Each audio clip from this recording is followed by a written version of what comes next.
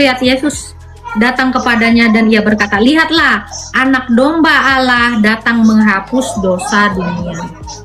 Yesus itu menghapus dosa, bukan menebus. Yang ditebus itu kita orangnya. Itu anak domba itu Dosanya siapa? dihapus. Hah? Itu anak domba itu siapa? Yesus. Gelarnya itu anak domba, karena domba itu adalah kurban. Nah, itu. Di mana-mana kalau ada orang berdosa di Taurat ya, bukan di mana-mana, hanya ada di Taurat.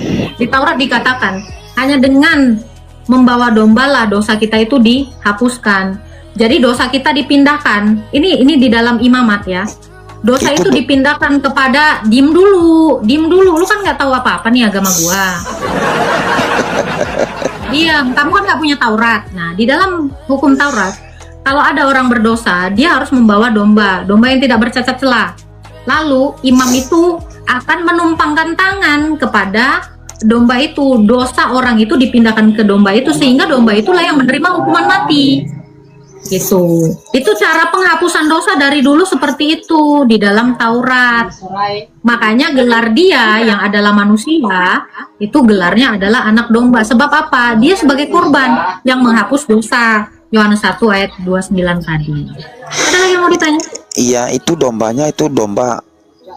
Istilah domba Gelar. itu binatang Gelar. atau manusia? Gelar gitu. Dia manusia, gelarnya domba. Karena kenapa digelari dia domba Allah? Sama seperti Ishak. Ishak itu juga kan digelari domba Allah. Sebab apa? Dia jadi kurban. Nah, begitu. Karena domba itu fungsinya adalah sebagai kurban. Oh, sebagai korban ya. Oh, korban penistaan gitu. Bukan, korban penghapus dosa. Oh. Ada lagi yang mau kamu tanyakan? Nggak ada, itu aja. Oke, siap. Tuhan memberkati. Kamu bikin dosa, kok mohon-mohon sama Tuhan? Ya memang harus Tuhan. Karena kalau tidak Tuhan yang menghapus dosa kita, gimana kita? Mati semua kita nanti. Makanya nggak bisa kita ini hidup menanggung dosa kita sendiri, nggak bisa. Halo Husen. Yo, Silakan mau bertanya apa? saya mau tanya apa Yesus itu benar apa menebus dosa-dosa kita umatnya, maksudnya Pak ya? Barusan tadi dijawab Bang. Yang lain Bang. Oh, yang lain. Iya, nanti dikira orang muter-muter, pertanyaanmu sama. Iya. Barusan nanti. Kalau Yesus itu apa namanya, kitabnya pegangannya tuh kitab apa, Pak? Yesus nggak punya kitab. Iya, maksudnya. Yesus nggak nerima kitab. Agama Kristen itu bukan agama kitab. Ya maksudnya kitabnya itu Injil apa Zabur apa? Yesus nggak ada. Yesus itu Tuhan. Tuhan itu nggak bawa-bawa kitab. Nggak ada. Nah, kalau Hukum itu hanya untuk manusia. Hukum Taurat itu untuk manusia. ya tadi kan Nggak ada pegang-pegang kitab. maksudnya Yohanes ayat itu kan ibaratnya kitab itu, Pak. Yohanes itu Bukan kitab. memberi kesaksian tentang Injil. Injil itu Yesus. Injil itu adalah Tuhan Yesus. Injil itu ya Tuhan Yesus. Jadi dia nggak bawa kitab. Dia Tuhan itu. Gitu. Lalu Yohanes menuliskan tentang Sang Injil. Makanya ada Injil Yohanes. Jadi bukan Injil Yesus, Injilnya Yohanes. Iya. Kesaksiannya tentang Sang Injil tadi, Matius, Markus, Lukas. Iya, Nah, maksudnya. inilah yang saya bilang, sebentar. Inilah yang saya bilang terhadap teman-teman Kristen. Salah paham dengan iman Kristen, seolah-olah Yesus itu bawa Injil. Bukan. Kalau iman Islam kan ada yang namanya Isa. Isa katanya dikasih Injil waktu kecil, dikasih kitab. Lah itu berbeda imannya dengan kami. Makanya Isa kalian itu saya nggak kenal siapa. Ya nabi yang dikasih kitab. Musa itu nggak pernah dikasih kitab. Daud juga nggak pernah dikasih kitab. Iya, dia Yesus juga nggak dikasih kitab. Tetapi Tetapi Musa itu menerima firman Tuhan itu dalam loh batu. Jadi bukan dikasih kita, enggak ada. Iya betul. Imannya beda jadinya seperti itu. Sebenarnya itu ya apa, semua agama tuh sebenarnya sama, cuman cara penyampaiannya yang berbeda Pak sebenarnya. Cuman orang-orang yang salah kaprah gitulah. Oh, penyampaiannya sebenarnya sama sebenarnya kalau diurut dari dalilnya, dari apa ayat-ayatnya gitu, kayak yang dibacakan Mbak, saya dengar tadi yang dijelaskan gini, sebenarnya sama Islam, Kristen atau Katolik itu sama sebenarnya, cuman pengertiannya aja yang berbeda, pengertiannya yang berbeda. Kalau sama ya Bapak ke gereja lah. Bukan. Kalau sama orang Kristen ya ke masjid.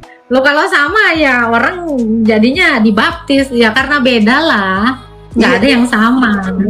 Bukan beda harus ke gereja, bukan. Kalau orang Islam kan ibaratnya kalau Jumat kan ke masjid, kalau orang apa Kristen Minggu kan ke gereja, sama kan, cuman penyampaiannya di masjid kan berbeda, penyampaiannya di gereja kepada umatnya berbeda kan, gitu kan, sama apa enggak? Samanya gimana? Coba satu ke masjid, satu ke gereja, samanya di mana? Samanya gini, nah penyampaiannya atau apa, pendeta ya kalau di Kristen ya, pendeta kan, pendeta penyampaiannya bukan apa? Di Kristen itu adanya episkopos, presbiteros, dan diakon. Iya, penyampaiannya kepada muridnya atau kepada umatnya, ajarannya itu kan ajaran dari Kristen, ya kan? Nah kalau dari Islam penyampaiannya kepada umatnya ajaran dari Quran, sama aja kan? Ibarat cuma pengertiannya aja orang yang berbeda, Pak. Oke, Pak. Buku matematika sama buku IPA sama nggak? Ya kalau mandang itu ya beda. Ini kan bukan buku IPA. Ya udah, Quran dengan Alkitab itu berbeda. Gurunya beda, ngajarnya beda. Iya, tapi penyampaiannya masing-masing tuh sama. Ke jalan yang benar semua. Yesus penyampaiannya kepada umat ke jalan yang benar. Nah, apa Islam apa ibaratnya ya penyampaiannya ke jalan yang benar juga, sama kan? Jalan yang benar juga, bukan ke jalan yang salah kan, dua-duanya. Ngerti maksud saya? Oke. Kalau dikatakan sama, enggak, ke jalan yang benar loh. Sekarang saya tanya, apakah jalannya orang Islam sama dengan jalannya orang Kristen? Sama lah, maksudnya penyampaiannya ke apa, mendekatkan kepada Tuhan, ya kan, terus berbuat baik, berbuat sesama manusia harus baik, tidak boleh benci membenci, tidak boleh tengkar bertengkar, ya kan Islam juga begitu. Nah penyampaiannya kepada umat Islam juga sama kan, jangan bertengkar, jangan saling membenci, ya kan, jangan saling membenarkan diri sendiri, ya kan. Apa bedanya? Coba pikir. Memangnya ada Pak perintah di dalam kitab Bapak jangan saling membenci? Oh banyak, cuman hadisnya saya nggak hafal. Banyak, bukan ada lagi, paling banyak malah. Oh ya? Iya, iya kan? Tapi kenapa ya Pak? Pada kenyataannya kenapa kalian selalu membenci kami? Nah justru itu yang tidak paham, saling membenci itu. Ibaratnya Islam membenci Kristen, ibarat ya umpamanya ya Islam membenci Kristen, Kristen membenci Islam, itu orang yang nggak paham, itu orang yang nggak ngerti. Kristen nggak pernah membenci. Makanya Kristen itu dilarang membenci. Iya, tapi Kristen itu disuruh berdoa. Iya, berarti itu ngerti, itu paham, tuh ngerti semuanya. Islam juga nggak ada apa di kitabnya juga nggak ada membenci agama lain, nggak ada. Orang yang membenci itu berarti dia yang nggak paham, nggak ngerti, nggak jelas, kurang mengetahui, kurang memperdalam isinya di Alkitab itu, gitu loh. Kalau sama-sama mengerti mendalam, enggak, ngapain saling benci? Kita ciptaan sama kok. Oke, kalau memang sama, kenapa dalam iman Anda nyuruh menyebarkan agama? Ya karena mereka nggak paham. Kalau yang Kan paham, katanya sama. Kenapa? Kalau memang sama, kenapa Tuhanmu harus menciptakan banyak agama dan menyuruh orang masuk ke agamamu? iya itu kan karena nggak paham, Mbak. Kalau yang nggak paham nggak Oh, bukan. Kenapa? Bukan karena nggak paham. Kenapa Tuhanmu malah menyuruh orang kafir itu masuk ke dalam agamamu? Kalau memang samanya seperti narasi ini. Kalau ngajarin baik, kenapa tidak mengajarkan bertoleransi?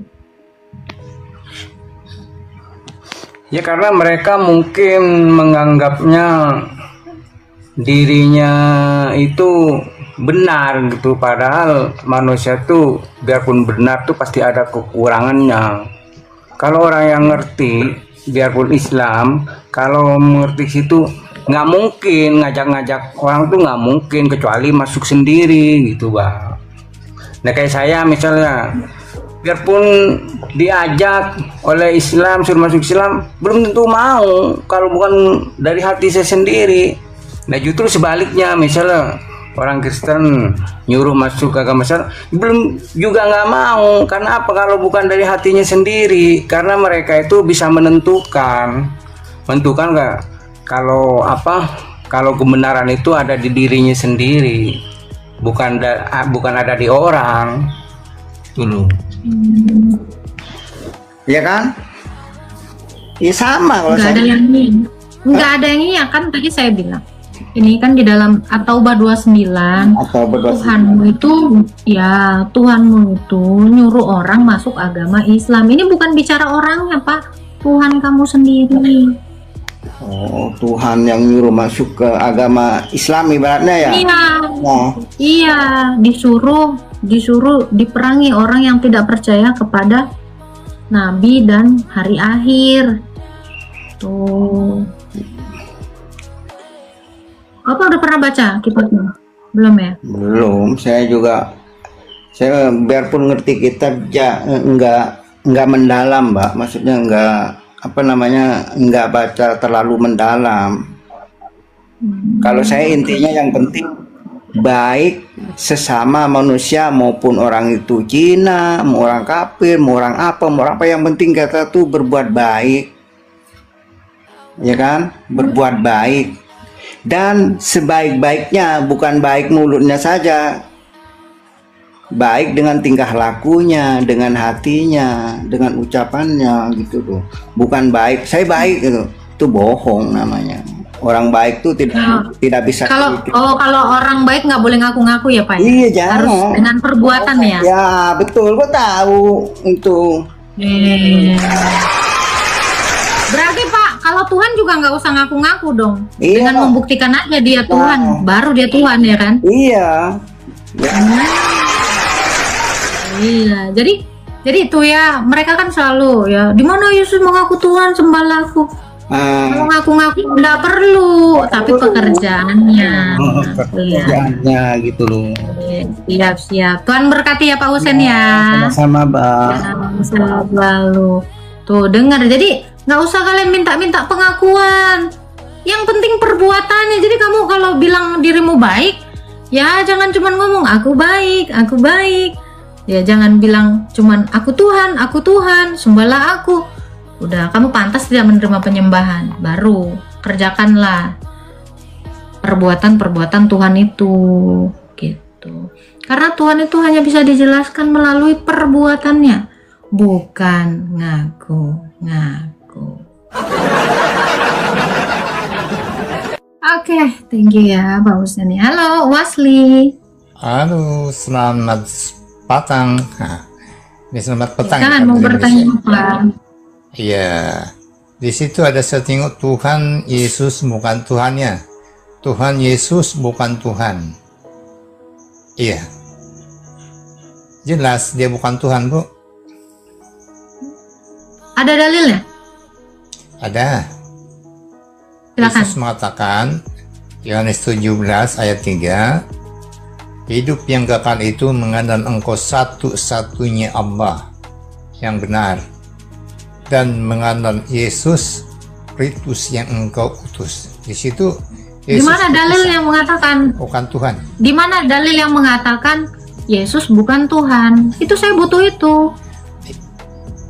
Oh, kalau surah eksplisit memang tidak ada, tapi kalau kita memahami, kita Nah, paham sudah. Itu, Ya sudah. pemahaman. Kalau dia Kita mesti tidak paham. pernah mengatakan dirinya bukan Tuhan, berarti dia Tuhan, kan gitu.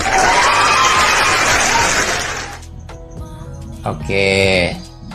Di mana Yesus Tuhan. mengatakan aku Tuhan? Coba. Oke. Itulah Yohanes Yohanes ya, 13, Yohanes 13 ayat 14. Ayat 14. Nah, coba. Oke, saya bacakan ya. Iya, baik. Ya. Jadi, jikalau aku membasuh kakimu, aku yang adalah Tuhan dan gurumu, maka kamu pun wajib saling membasuh kakimu. Aku yang adalah Tuhan. Nah, itu. Karena ya, selanjutnya saya baca, sebab aku telah memberikan suatu teladan kepada kamu supaya kamu berbuat sama seperti yang ku perbuat kepada kamu. Gitu. Jadi Yesus Oke. itu Kalau mengaku dirinya. Oke. Oke.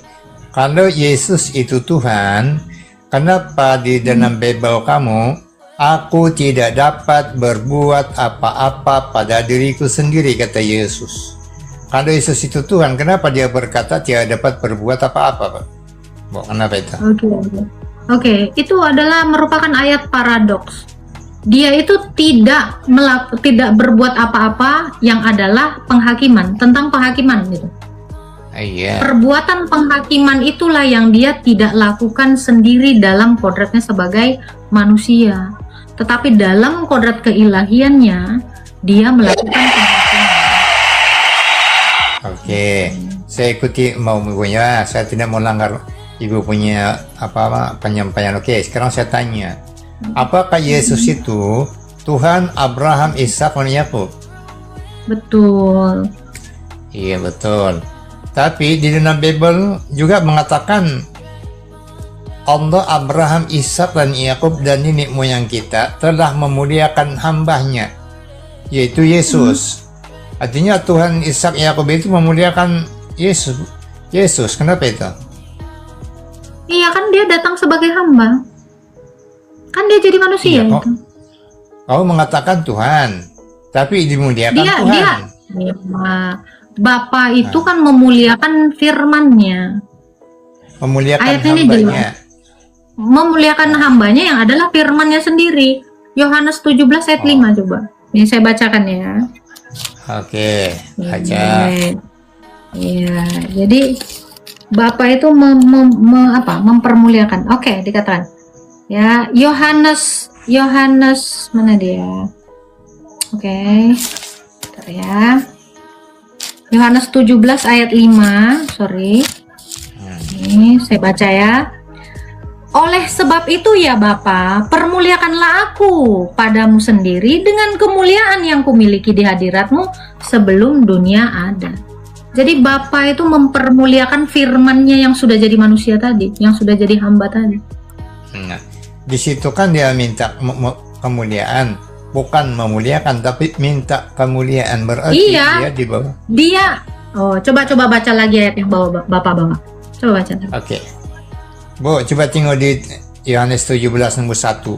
Di situ sudah saat masanya untuk anak memuliakan. Dengar ya. Bapak. Ya, baca. Dengar ya. 17:1. Demikianlah kata Yesus.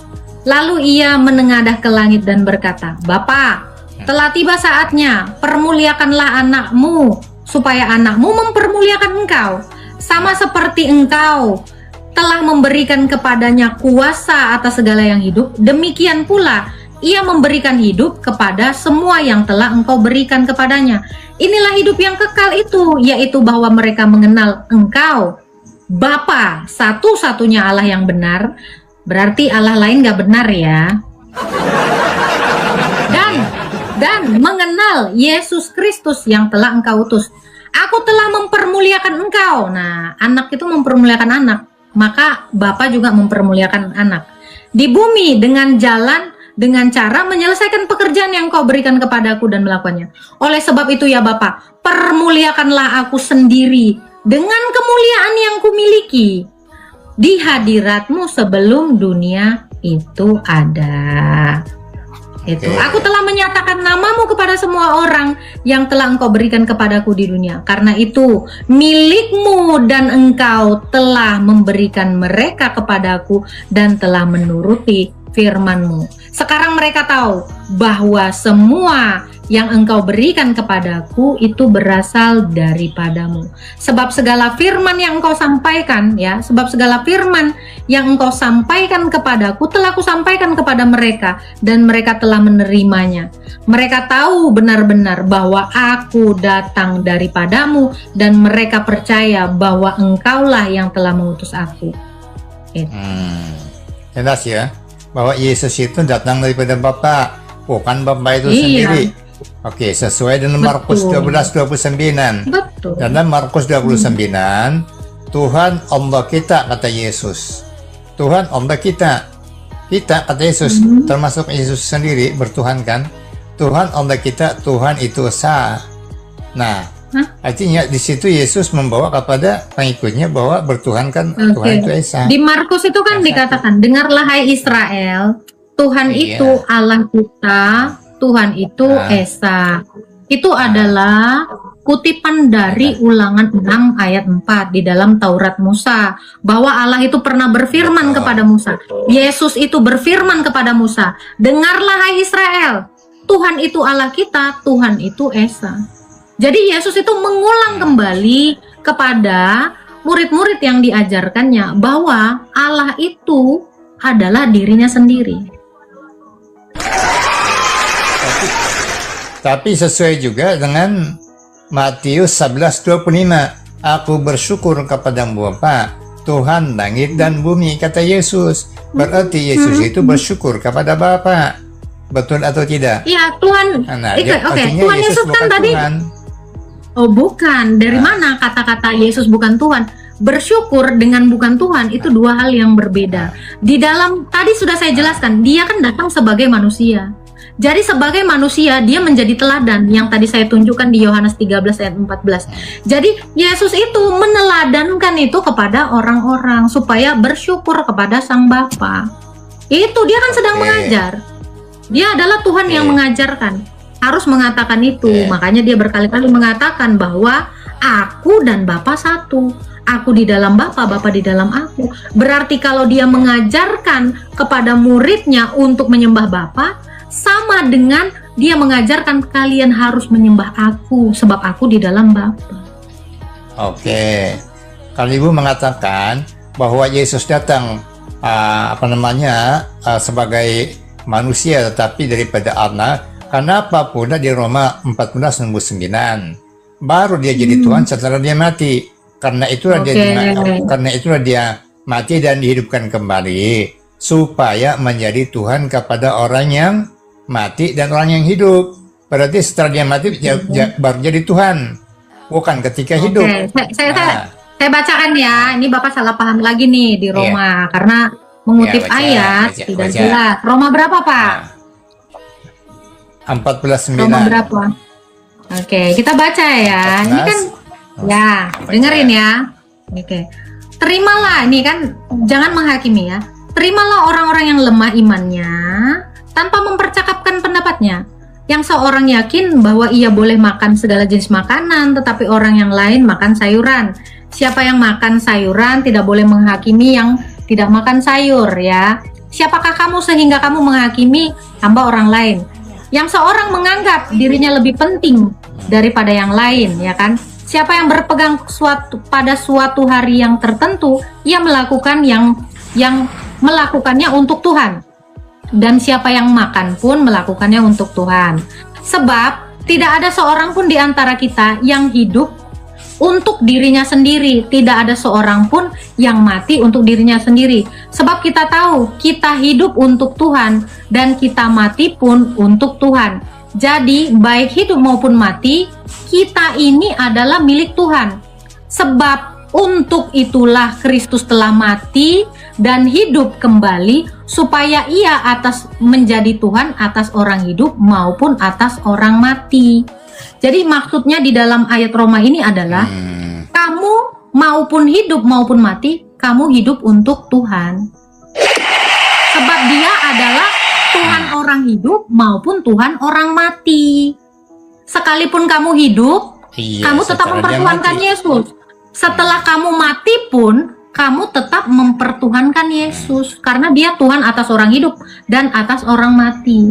Ayat ini mau menjelaskan bahwa dia itu Tuhan untuk semua manusia.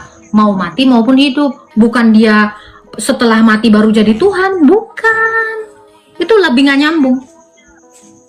Tapi di situ jelas, Bu. Tapi Bu, di situ jelas. Dia dengar ya. Atau dibangkitkan supaya menjadi Tuhan. Bapak ini memelintir kata. Dengar nih, saya baca. Coba baca. Sebab untuk itulah. Baca. Baca. Sebab untuk ini kan konteksnya adalah orang yang menghakimi. Ini kan ada umat orang Kristen menghakimi orang lain. Kamu mati, dengerin Pak. Nih Bapak kan Ustadz ya, mudah-mudahan paham.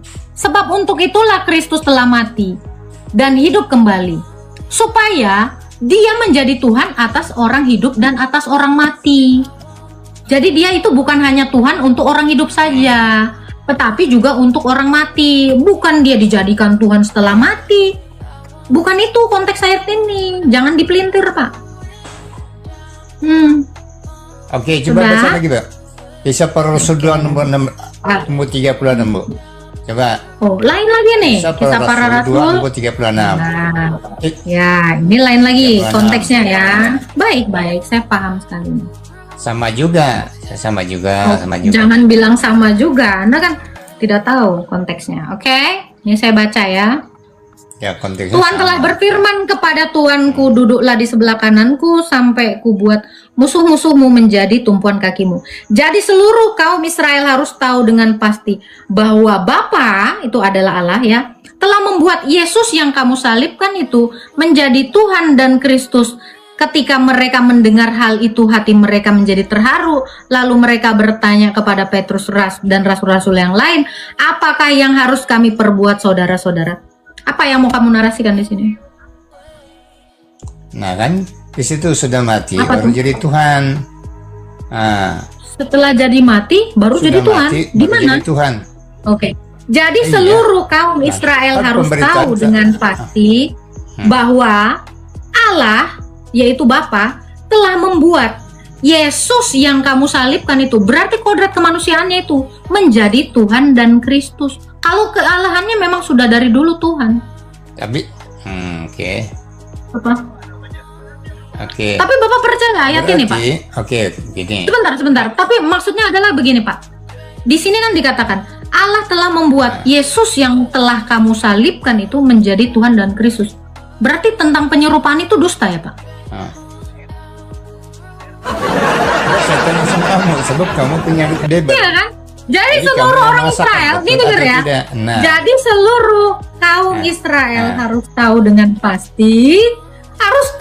pasti, seluruh orang Israel bahwa Allah telah membuat Yesus yang kamu salibkan itu menjadi Tuhan dan Kristus. Nah, maka kemanusiaan Yesus itu satu, sudah untuk dijadikan Israel. Tuhan. Jadi kemanusiaan Yesus Tapi itu itu secara sudah mati. dijadikan Tuhan. Kenapa? Tapi itu setelah mati, Bu. Itu setelah mati kan, bukan Secara mati maksudnya gimana? Habis. Dia kan mati dalam keadaannya Setelah sebagai mati. manusia. Loh, dengar ya. Sebagai Di Filipi manusia. 2, kamu boleh baca.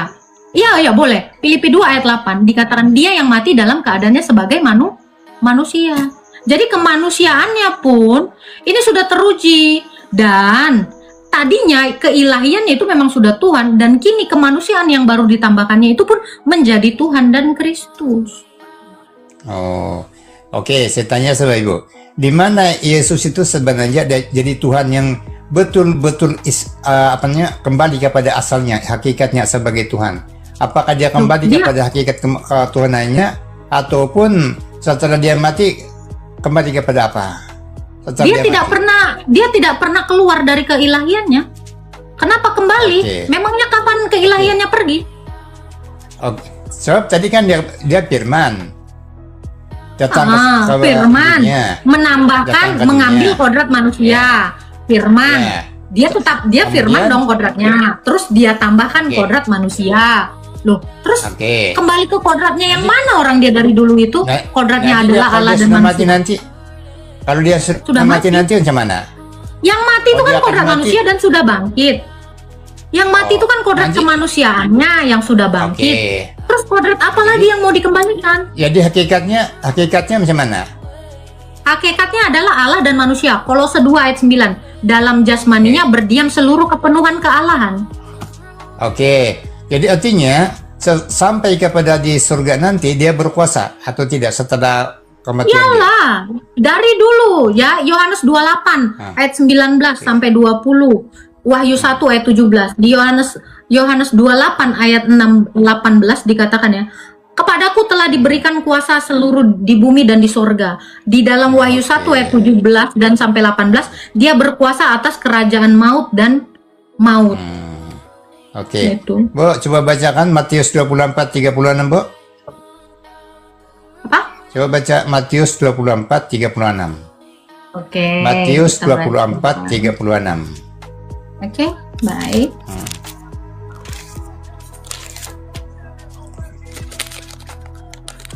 Matius 24 ayat 36. Oke. Tentang hari itu dan saat itu tidak seorang pun yang tahu. Malaikat-malaikat di sorga tidak dan anak pun tidak, hanya Bapa saja sendiri. Nah, Apa yang mau siapa ditanya? Bapak itu Yesus atau yang Bapak itu siapa? Yesus atau siapa itu Bapak itu?